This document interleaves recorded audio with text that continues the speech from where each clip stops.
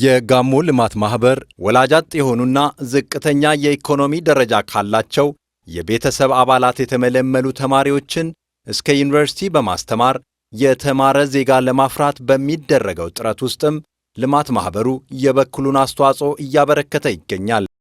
ጳጉሜ የአሮጌውን ዓመት የምንሸኝበት አዲስ ዓመት የምንቀበልበት አዲሱን ዓመት ደግሞ በአዲስ የትምህርት ካላንደር የምንቀበልበት ጊዜ ነው።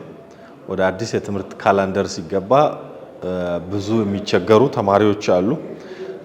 ትምህርት ቤት ተማሪዎች እንዳይመጡ ወይም ትምህርት ቤት ከመጡ በኋላ እንዲመለሱ እንዲወጡ ከሚያደርጉ ምክንያቶች አንዱ የትምህርት ግብዓት የትምህርት ቁሳቁስ አለመሟላት ነው። በተለይ አቅመ ደካማ እጅ አጠር ለሆኑ ቤተሰቦች።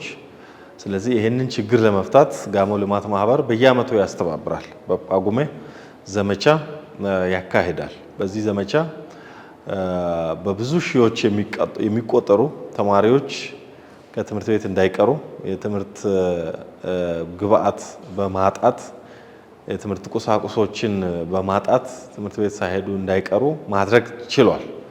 ስለዚህ በዚህ ዓመትም ለ2019 የትምህርት ዘመን እጅ አጠር የሆኑ አቅመ ደካማ ቤተሰብ ያላቸው ወላጅ አጥ የሆኑ ህፃናትን ተማሪዎችን ለማገዝ ሰፊ ዘመቻ እያካሄደ ይገኛል።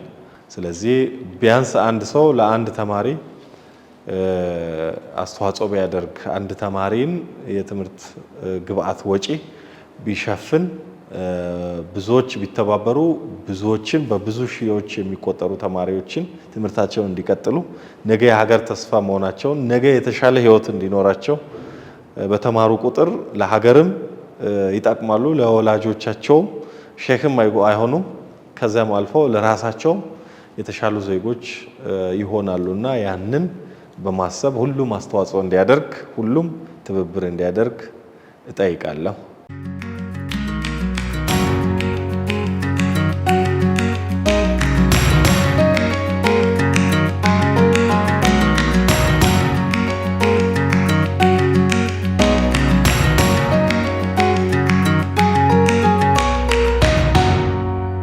አጠቃላይ የጋሞ ህዝብ የጋሞ ተወላጅ በሀገር ውስጥ ያለ ከሀገር ውጭ ያለ በሙሉ በዚህ የልማት ማህበሩ ስራ ላይ እንዲሳተፍ ጥሪን ማስተላለፍ ፈልጋለሁ።